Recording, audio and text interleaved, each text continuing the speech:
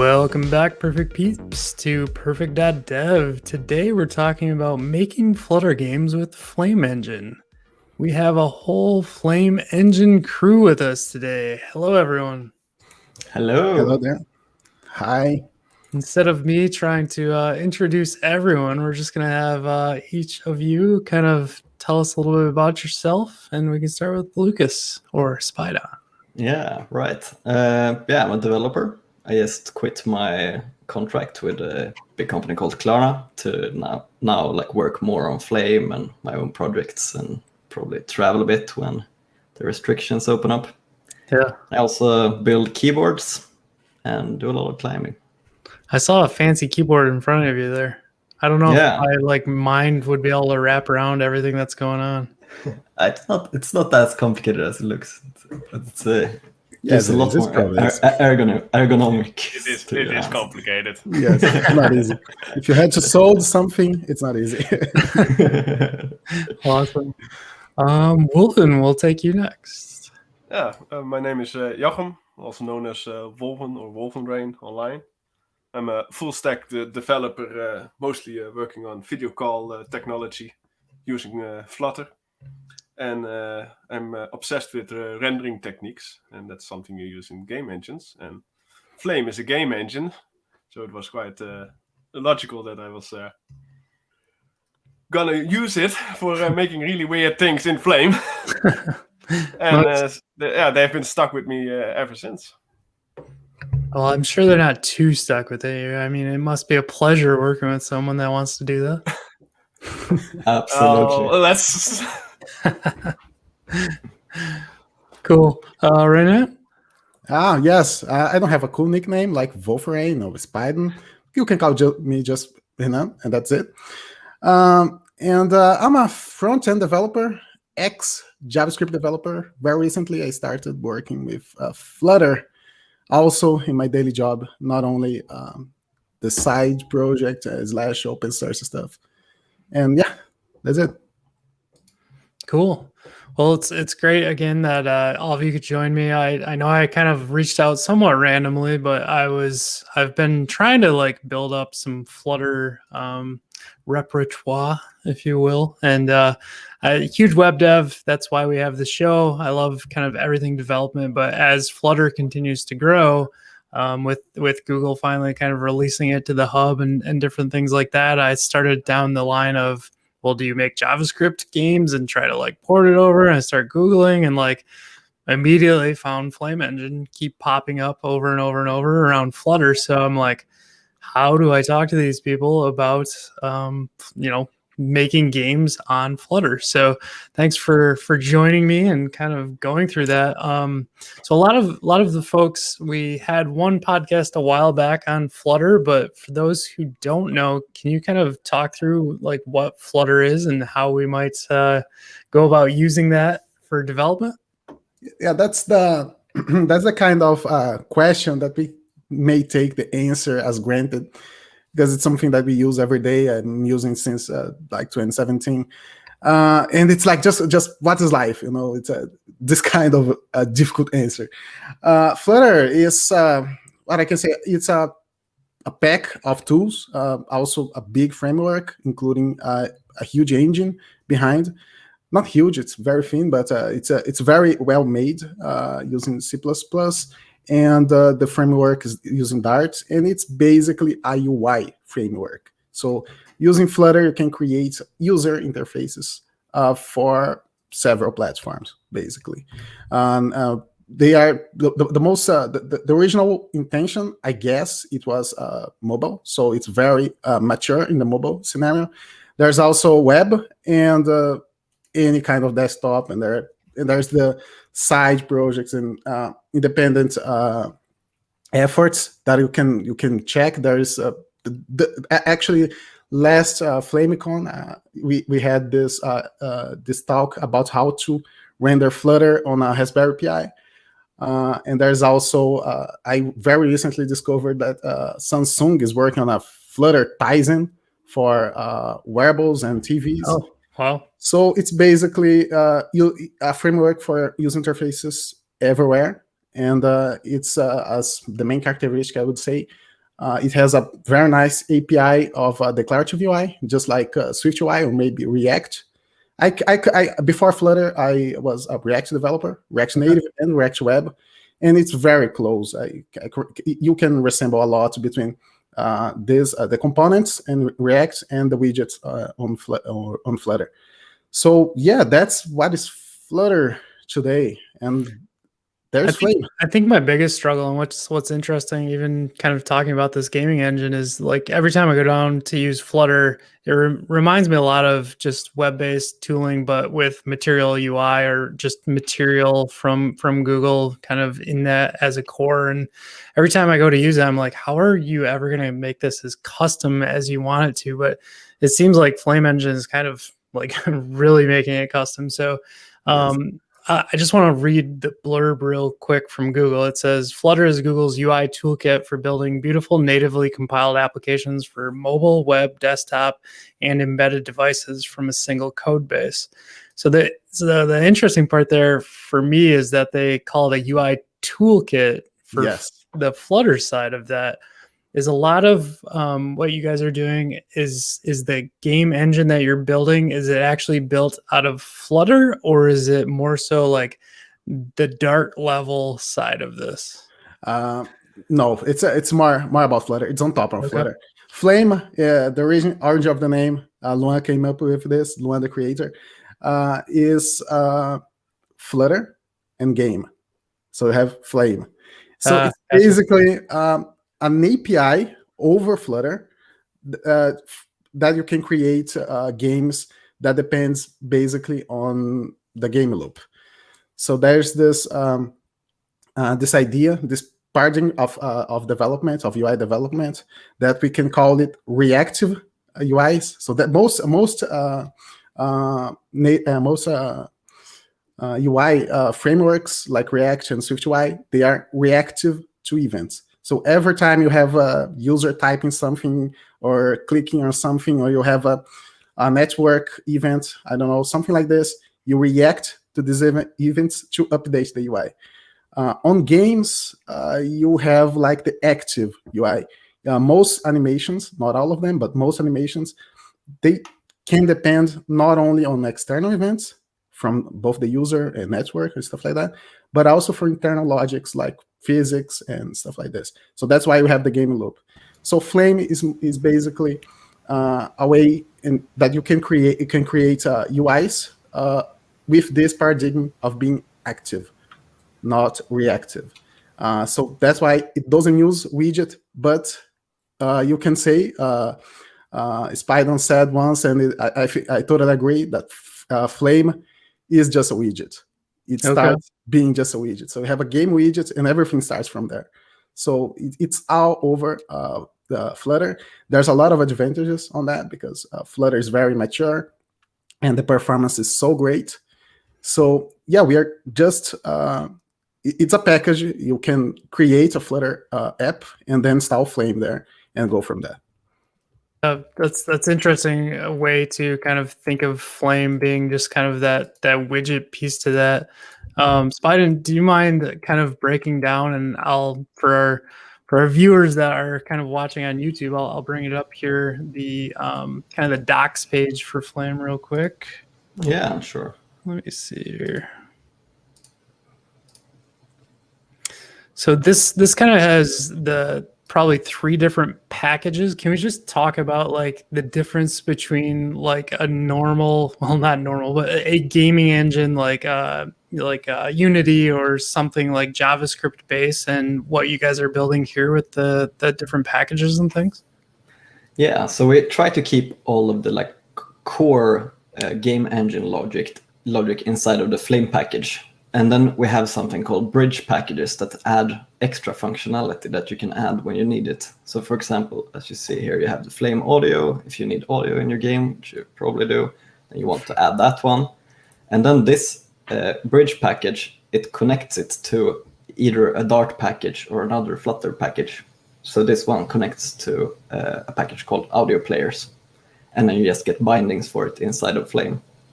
And this second one, Flame Forge 2D, that is our, we have an implementation of Box 2D, which is a physics engine. that we call Forge 2D, and this is a bridge package between the Dart package Forge 2D and Flame. So like Henan said, it is inside of Flutter, the game engine, but the bridge packages, or like the packages that the bridges connect to, they don't necessarily have to be in Flutter. They can be in pure Dart. Gotcha. And then we have a lot the, more bridge packages too. Sorry about that. Is the actual like engine part of it that you guys are developing, like you're writing Dart code, or is it something even past that then? Yeah. I mean, it's Dart code. It's more Darty than it is Flutter, I would say. Yeah, I mean, you can mix in as much Flutter as you want to. So, for example, I mean, Flutter is great at building interfaces. If you want to have a menu system or something, you can build that in Flutter, and then have your more like drawn game behind that. So I know.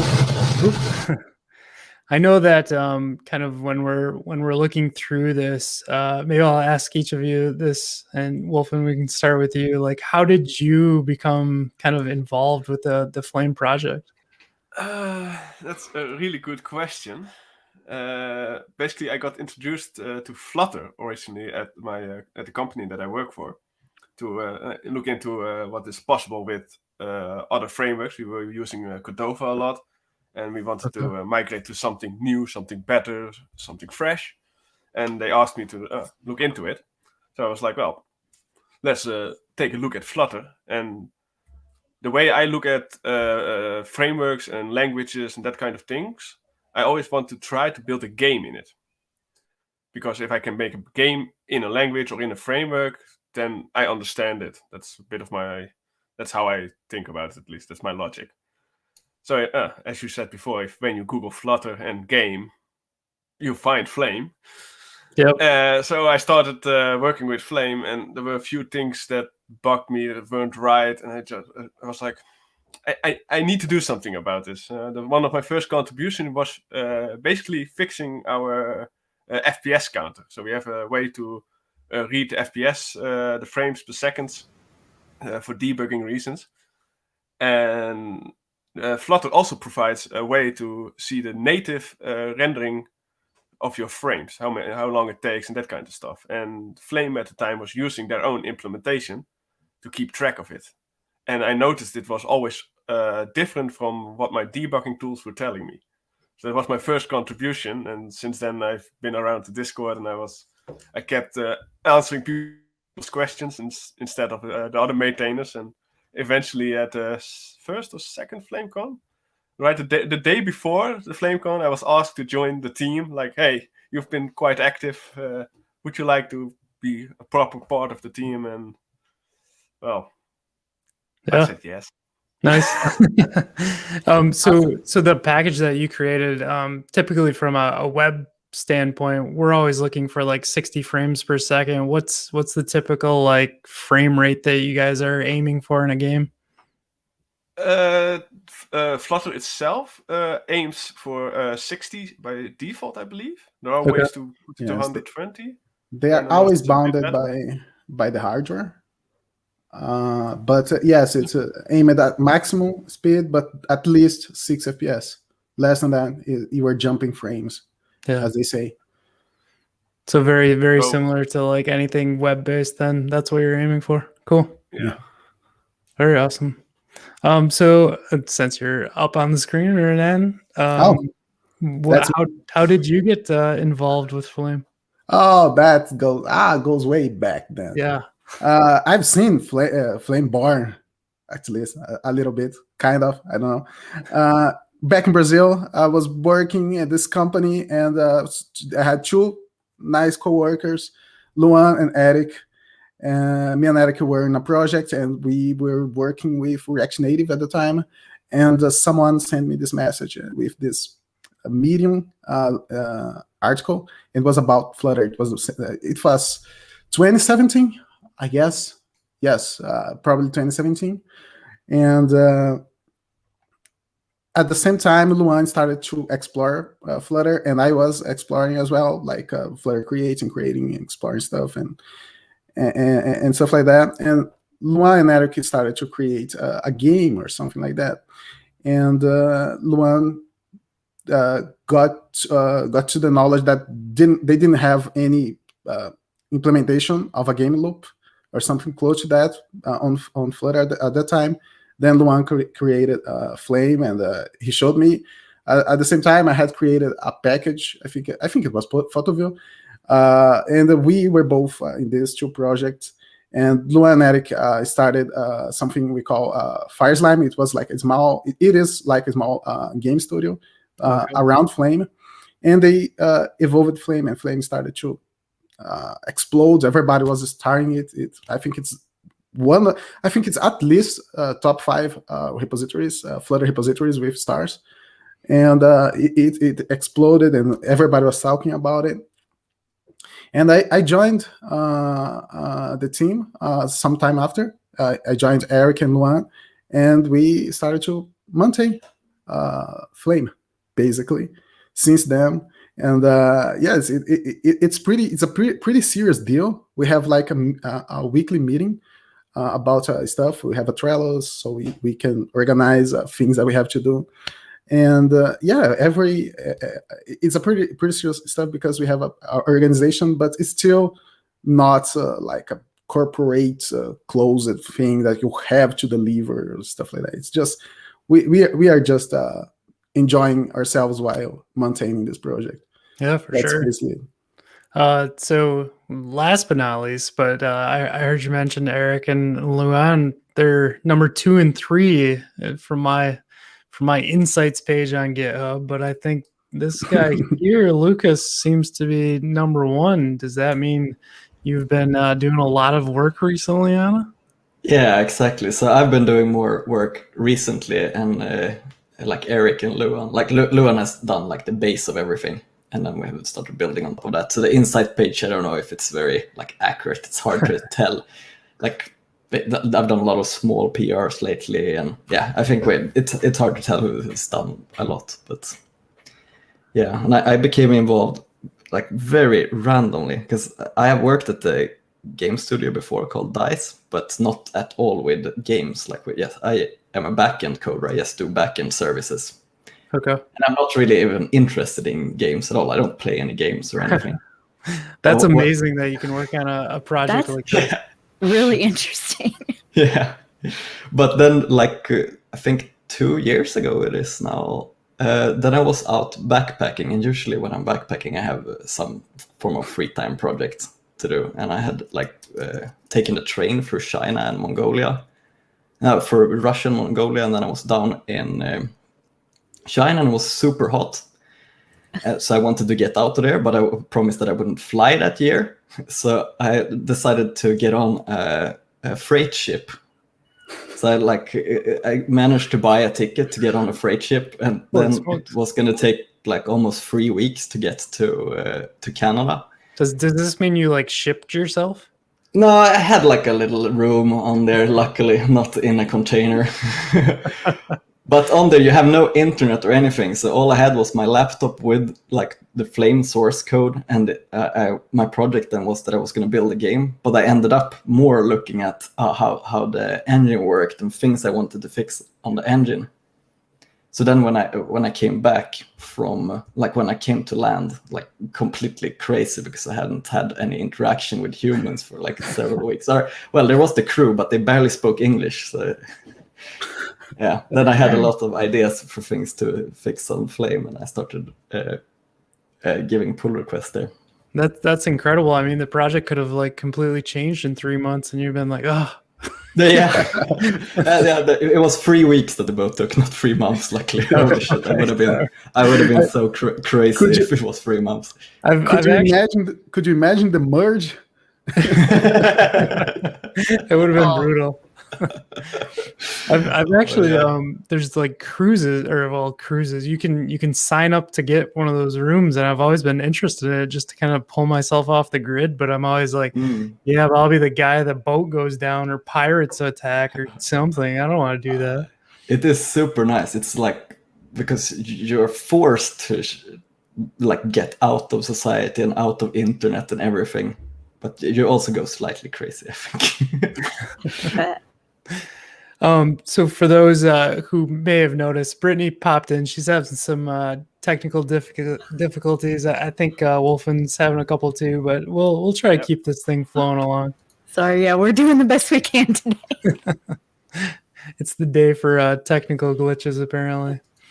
Apparently. So it's something that I'm kind of curious about. One of the biggest packages that I always hear about, like when you want to start doing gaming, is Unity. Can someone provide kind of a comparison what this might be like versus Unity? Yeah, sure, I can continue and take that one. I mean, so Unity is like super huge thing. And like it has an editor and it has all these kind of things. Like it's huge. Yep. And that is both its strength and its weakness, I think. So if you want to build a 2D mobile game with Unity, it will become like a really big package that you have to install on your phone. And it is like quite a struggle to get it to run on all different devices and stuff. And that is where the strength of like having Flutter as the backbone comes in, because we can super easily build. I mean, we only do 2D games. Meanwhile, Unity can do anything. Yeah. Meanwhile, we can really quickly get out smaller 2D games on all platforms with very fast loading times compared to Unity and much smaller bundle sizes. Do you think the capability will ever be there to go to a 3D version, or is that like the way Flutter works? I know it has to like compile down to different source codes and things. Is that just going to be too much to ever consider? Well, I think I could take this one if you want, Lucas. Yeah, absolutely. This is about rendering. That's my favorite subject. Technically speaking, basically how you render in Flutter is everything works with a canvas. Not everything, but simply said, everything works against a canvas. So they just have multiple functions available to you that you can use, and those functions do something internally and eventually go to the GPU, and then it renders stuff. At the moment, Flutter does not support things like shaders and those kinds of things. So basically code you can execute on your GPU, which is kind of a necessity for rendering 3D, because you have to know which side is the front and back. Otherwise you get occlusion, and then you can look through your objects and that kind of stuff. If you want to do 3D in Flutter, it's technically possible. There are methods for it, but you have to do all the calculation on all the texture calculations on the CPU. It isn't meant that kind of heavy calculation. So yes, technically Flutter can already do 3D, but it won't really be at any proper frame rate. Okay. But they are trying to support shaders. That's something they are already working on. I've been keeping track of that, and hopefully deeper with it, because they're only doing simple shader support. But eventually, if they go further with it, then maybe we get more access to the internal APIs, and then we could technically be doing 3D rendering. That's amazing. But that's not up to the Flutter team, by the way. That's up to the Skya engine. That's a whole other thing it's built upon again. So that's a whole other subject. But yeah, my fingers. It's a layer below even Flutter. Yeah, I keep reading that they have been considering taking Skya away and using something else too. So we'll have to see how that ends up. They have been discussing that indeed, which would be a total rewrite of their internal API. So that'll be a big undertaking. So I have to throw out there, anytime I talk about Unity, there's Firebase I use quite a bit on the web, especially for authentication, and like Firestore or the Firebase real-time database. Is that kind of easy to plug in something like that to a gaming system? Well, kind of also depends on the kind of game you're building, of course. Sure. It fits. You have the real-time database. You can do quite a lot with it.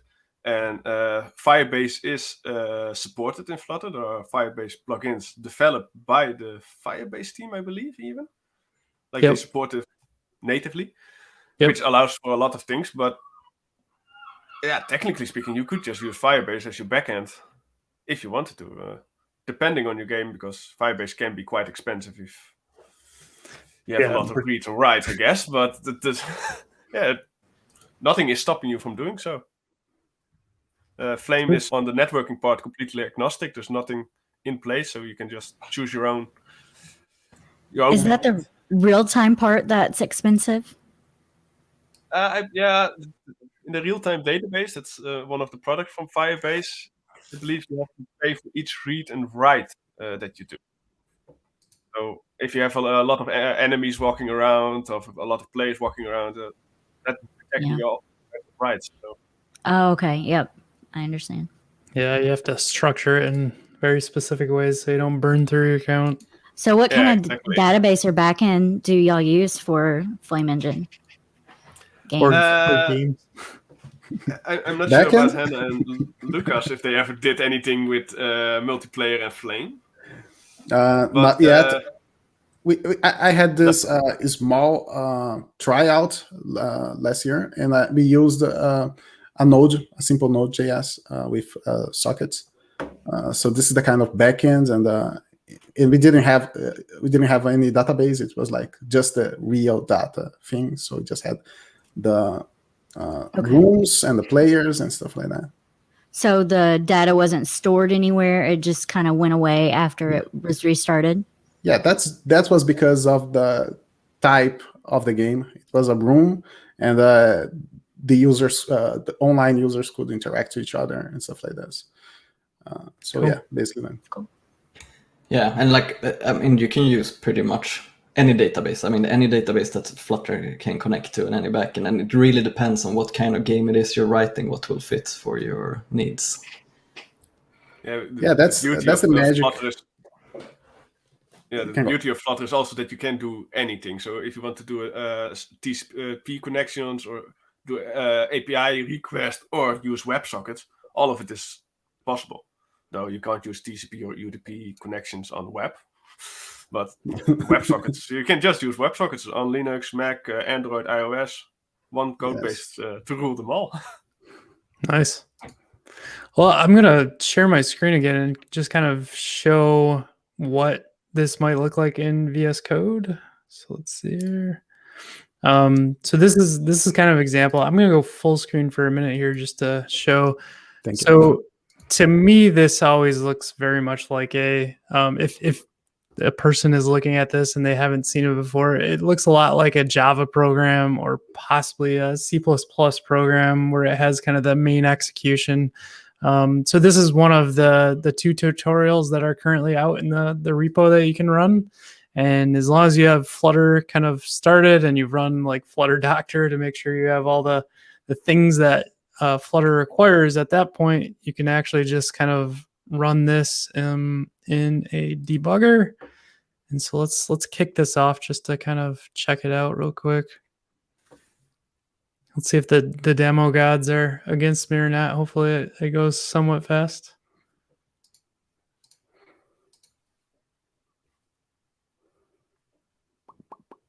Maybe waiting. Waiting for the Chrome browser to start up is always the longest part. Yeah. Yeah. After you have it started and you start changing the code, it will automatically like update to the browser.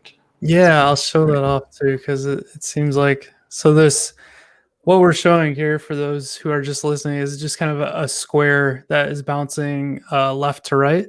And I'll just update like a square speed value. 400 is currently listed. So let me do a little split screen here. Oops.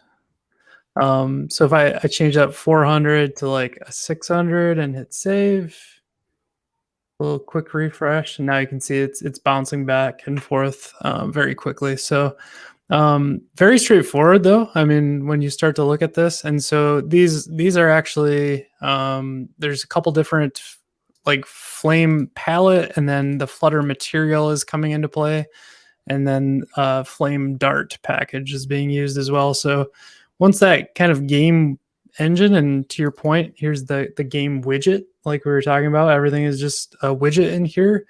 Once that starts to, and forgive me, but render or paint the screen, it just kind of takes that off. And honestly, it's amazing to me that like this is out there as a web browser at that point, but you would also see the same thing on iOS or Android or anywhere else we build this, right? Yeah, that's a part of the canvas. Yeah, Flutter canvas. that's the incredible part of Flutter, is it just builds out to the canvas, which is, it's awesome. So one of the other kind of cool areas that you can get into as well are these different stories that are out there. And you guys actually shared a link with me for the examples. Let me bring that up real quick. So this you can run out of the repo too, but it has some more kind of examples in here. I still can't figure out if this little girl is trying to catch like helicopters. If that's something, but He's got a butterfly net, and yeah, those look like dragonflies, maybe. These Yeah. They are graphics. helicopters. Oh, are they Interesting. helicopters? It's kind of We odd, never but- said we are the greatest designers. We are all developers, not assets makers. I think that's clear now. But it's using a package called Dashbook. It's just like Starbucks on the web, you know. So you have stories there, and it's just each part that there's a goal of explaining a particular feature or how to use that feature. Yeah, So- I thought this was really cool. Like, it Are just those like sprites that just get dropped in? So these ones are just shapes that are. So we have a concept of shapes in there that are just drawn. So Oh, this okay. one is showing the collision, the built-in simple collision detection system that we have. So when you see that something changes color, then it has hit something else. Okay, yeah. I was wondering with like the other ones with the sprites and then how those get styled. Like, is there something similar to CSS in Flutter, and how does all this happen?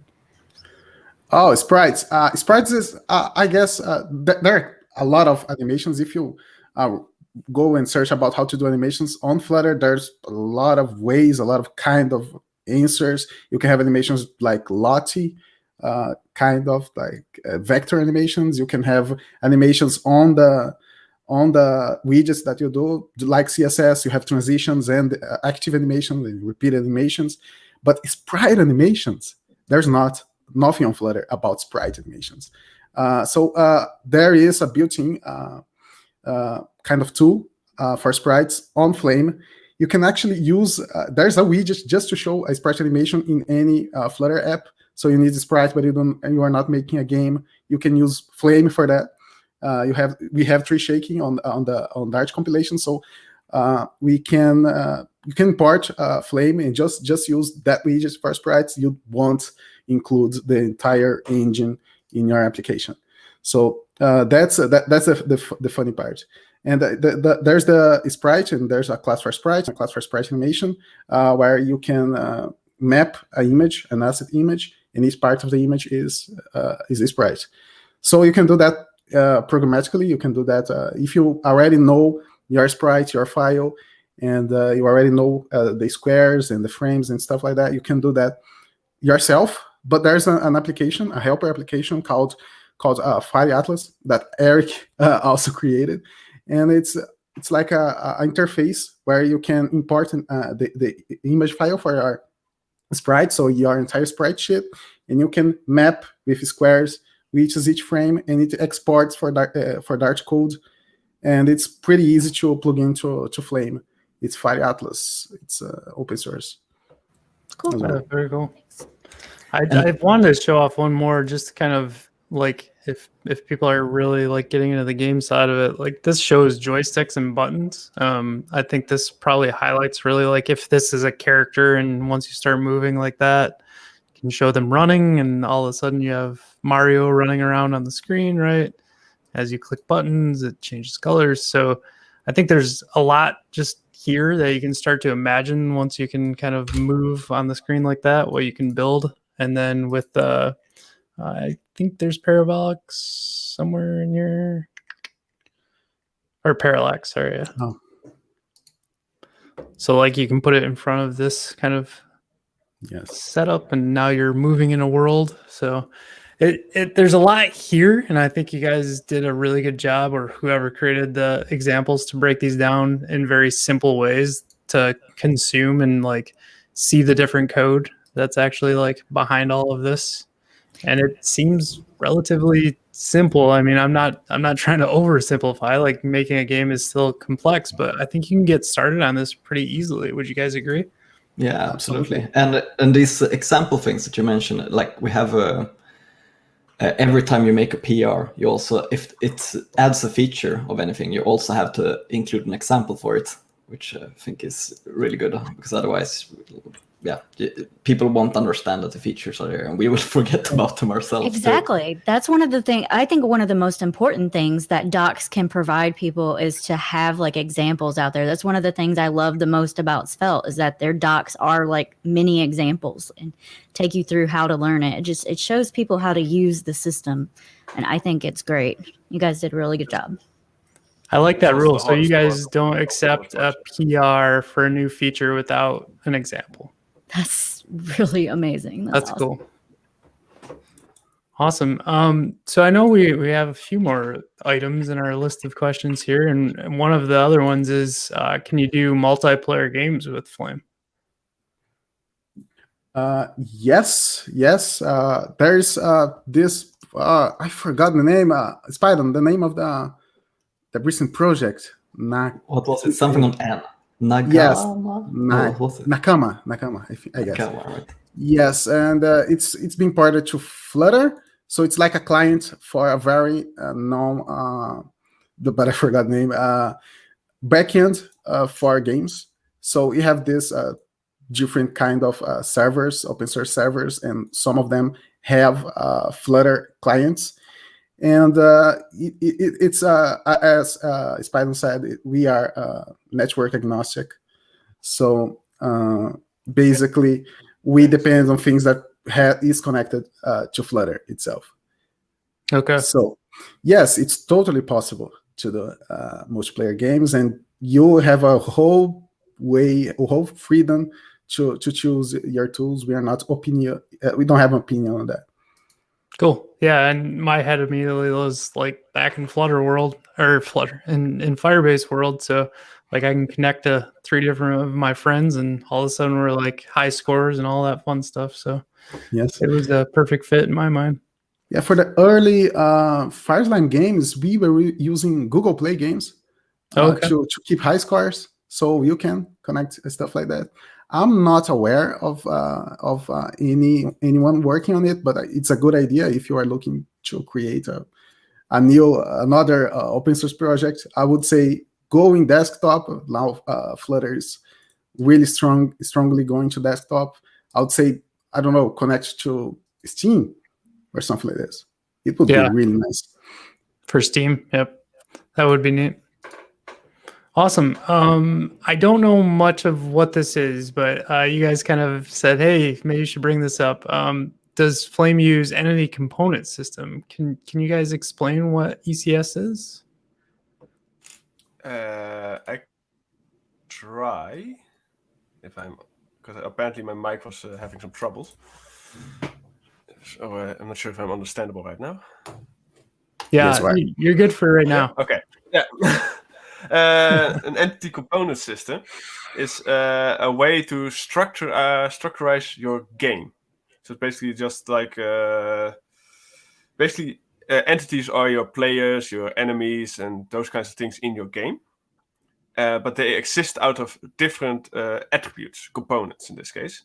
So, for instance, if you have a player, you could have a component. It would be its race. It would be a human or an orc, or if you go a bit Skyrim-like. And this is a system like used by quite a lot of other game engines. Unity has its own entity component system as well, and basically Flame also has its own entity component system. I'm saying that a bit, like technically it has components but it does not have the entities or systems part. Okay.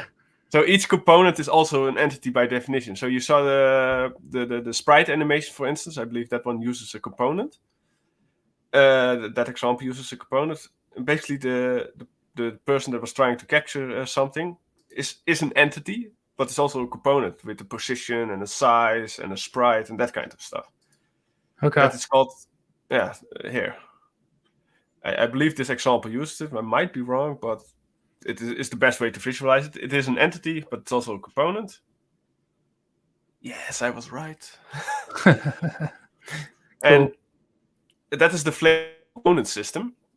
So you can just write components and you can just use them in your game if you use our base game class that wraps all the rendering and update logic for you. So you only have to focus on what you want to create. You don't have to think about how does my game work. You have a structure for you, you have components, and you can just write it. Awesome. And there's also a little shameless plug from my side, but we also have a different entity component system called Oxygen that I've been working on in my free time as part of the Flame team, but not part of the Flame engine. So it's completely agnostic. So you can use it anywhere you want in any kind of system, as long as it's a Dart package or Dart project. And I'm currently working on making a bridge, like the audio players bridge and the Forge 2D bridge for Oxygen for people who are familiar with Unity, but want to work in the same kind of structure, same kind of entity component. Oxygen is a different way of... Is Oxygen like a physics engine for it then, or is it? No, it is a complete entity component system. So you have entities, components, it's completely split up. Whereas the Flame component system is all of those three in one. Gotcha. Okay. That's sweet. But it is quite interesting because Flame's approach is quite different from most game engines, I feel like. Yeah, it does seem a little different in that context, but it seems to fit really well with the rest of Flutter coding. So yeah, exactly. It allows Flutter developers to easily make their games because widgets are also kind of like the components. Yeah, I would say it's somewhere in between ECS, what ECS aims to be, and what the widget tree on Flutter aims to be. So we have some concepts of drilling down events like tap events and stuff like that. So yeah, and what Wolfram did was something dedicated, a full-on ECS thing. And the thing is, it's not only Flutter, right, Wolfram? It's you can also do for agnostic. So you can use it on your backend if you want to write your game server for a multiplayer in Dart, and you want an entity component system to keep track of each player, for instance. You could use Oxygen. It doesn't depend on Flutter in any sort of way, which is also really powerful because you can also just write web packages in Dart without Flutter, because originally Dart was developed purely for the web. Right. And then the Flutter project took it as their main language and decided, nope, we're going to use it for everything.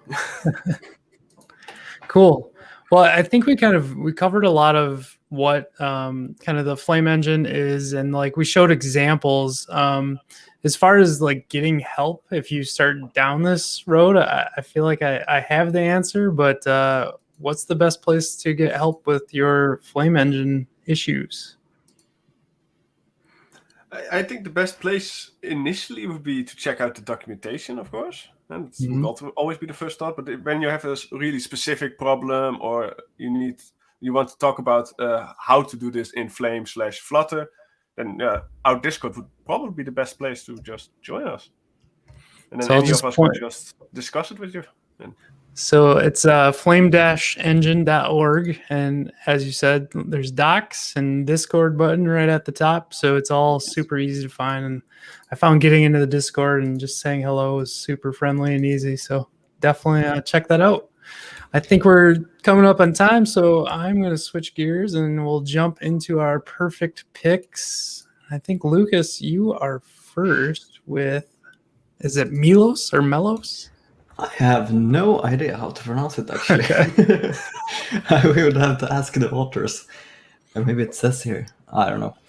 But anyway, so since we have these bridge packages that we have been building more and more of them, and we have had them under our organization in GitHub for a long time, but it became kind of overwhelming and they became outdated quickly since we updated Flame, but we forgot to update the bridge packages. So we turned everything into a monorepo. So all of the packages exist in the same repository, and they are like have relative paths to each other in there. So if we update something in Flame that would break one of the bridge packages, we would see it directly. And Milos is a tool for handling several packages inside of one Git repository, so like a monorepo. And that's really cool. I see it's inspired by Lerna, so we use either Lerna or NX all the time on the website, so that makes sense. And right now we have quite a big, so we haven't started using this yet, but we're going to start using it once we have released version 1 of Flame. So that will be our step over. Because one thing that we have a lot of problems with is that we have a changelog file. So with every request, with every PR, you have to write a line in the changelog and say what you have changed. But then if you merge something else before, you will always have a conflict in the changelog file. And with Milos, you don't have to worry about that because that one generates the changelog with something called conventional commits. It looks at the commits and generates the changelog from that. That's really Instead of cool. you having to do it. Yeah. I hate having to do that. Yeah. Doesn't Lerna do it automatically too? I think there is a command, but we never use it. So. Okay. That's probably my fault. Yeah, I think there is a lot of other stuff in here too, but I have just scratched the surface on it, and it seems to be really great. It's interesting. I wonder if you could even use Lerna, but maybe there's too many npm packages and relations there. I don't know. Yeah, probably nicer to pull in something that is in Dart than to. Yeah, exactly. Joachim, we have you with Sprite Stack. Yeah, a Sprite Stack is, in this case, this is a product. It's a kind of a voxel editor that allows you to make 2D renderings of 3D objects. But not in the traditional sense that you have all the different side views, but instead it layers each height of an object on top of each other. It's a rendering technique, technically, and this is the product called Sprite Stack, but it's technically a rendering technique called Sprite Stack that allows you to display 3D objects in a 2D setting. Oh, cool. So, basically it just layers everything on top of each other. And it's quite an amazing way of rendering things. It allows for a really interesting style for games, for example. And I've been working a lot with this myself for Flame. I'm making my own little game engine built on top of Flame again that focus on this rendering technique. Can you take like a photo and upload it, or you have to have like something 3D rendered and then you bring it in? No, basically you have to bring in a 3D object, like for example, from Magic a voxel-based, cube-based model, and it turns the cubes into different. Each layer in the set index would then become each block in the set index would become part of the layer from that index, and it just really lays cool. on top of each other. It's like a little mini iPad. I love the People shadowing. make amazing things with Yeah. it. Yeah, That's crazy. It's too bad we don't have that sword that you made with Sprite Stacking, because that one it was so clear to see how it works with each layer on top of each other. I do have that on my Twitter. So if people check out my Twitter, there's somewhere in there, it's a really good way to display how the technique works. That is correct. Yeah, if you want to shoot me that, I'll put it in our notes for sure. People can check it out. Yeah, I'll send it to you. Next up is Tomb Toad. Ooh, yes. This is one of the earliest game using Flame, and I think it started like way before we had most stuff we have today on the framework, on the engine. So yes, it's very addictive, and it's one of these games that you at the same time love because the gameplay is so unique and the artwork is so great.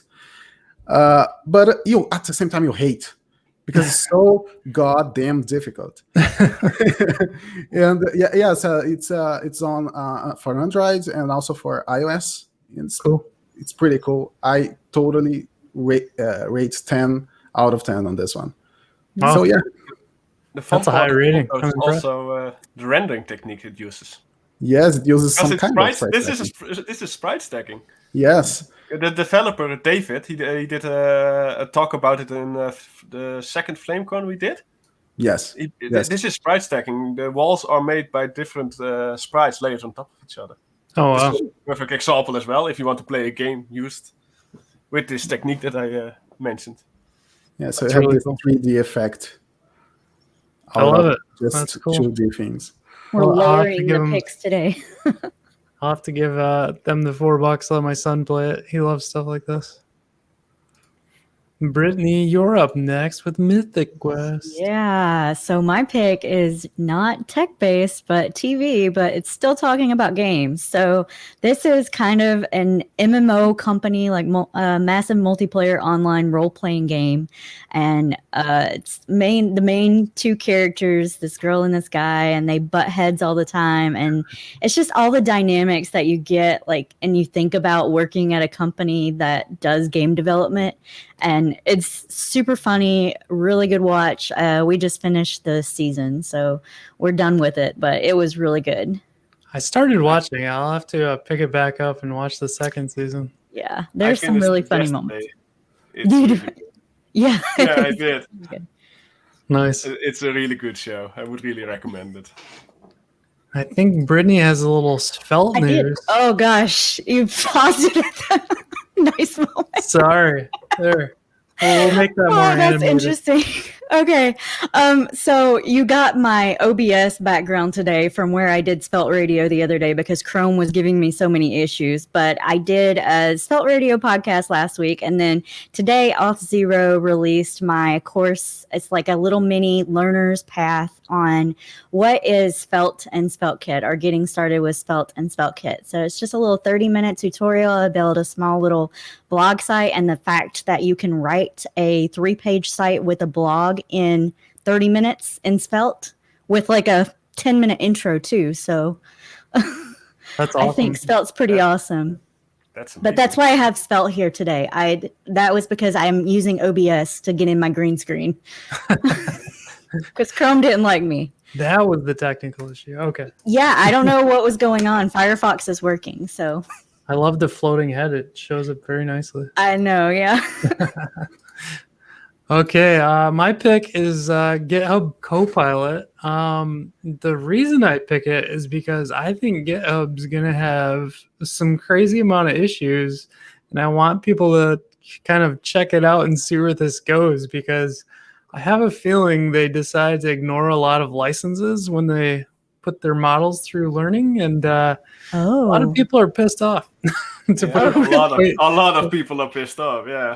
Is Yeah, it using so copyrighted code? technically there's licensed code that they train their models for the AI for, so it's Yeah, going to be they interesting. trained it on all the open source projects on GitHub, and technically they are open source, so they were like, oh, we can do that, but those are still licensed. Right. Ah, So They it's don't have very- permission to do that. it's really cool, like, to check out and play around with. For sure, like, check it out. I think it's an amazing tool, but It I does have a work really feeling well. they're going to have some lawsuit issues from Microsoft in the future. well, Microsoft owns GitHub. That's what I mean. So, like, Oh, Microsoft's going to have okay. to deal with some things in the future. Yeah. But yeah, it's going to be very interesting, I think, because it's a topic in like law that hasn't been tried at all yet. Because Yes, this is basically exactly. just Yes. reading code. It doesn't use it directly. Right, It has right. only. It is like a human have read this code, and it is open That's for what I was reading. gonna like. So it's not something that isn't fully covered by the licenses either. It's always one of those, like, if you copied it out of the textbook, make sure you change something, I think. And it's kind of like one of those things. Just to be safe. We'll see how it goes. Oh Maybe my god. they should just introduce typing errors on purpose. Yeah, exactly. You still have to fix it yourself with your own code. That'd be hilarious. Awesome. Well, I think, did I miss any? No, that's all of our perfect picks. I'll throw us in the crazy view here of 5. We haven't done a 5-person pod yet, so for those of you on YouTube, it's pretty fun to look at us all. But just huge thanks for you guys coming on. Definitely curious kind of where Flutter is taking off, and especially like gaming on Flutter. So I'm really excited to see Flame Engine. It seems like it's #1. I don't know of a lot of other engines out there for Flutter yet. And I think it'll be cool to see the growth that Flame's going to take in the future. It's a really exciting time for Flutter and Dart. Yeah. Yeah, thanks a lot for having us.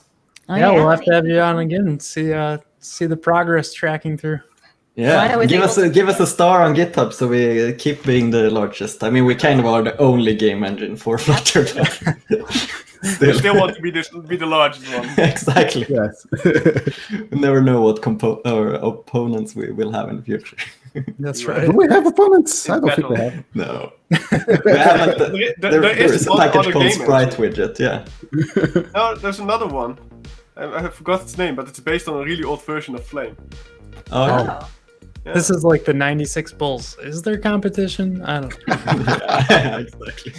All right, everybody. You guys have a great evening because you're a little later than us, and we'll see you again soon. Thanks.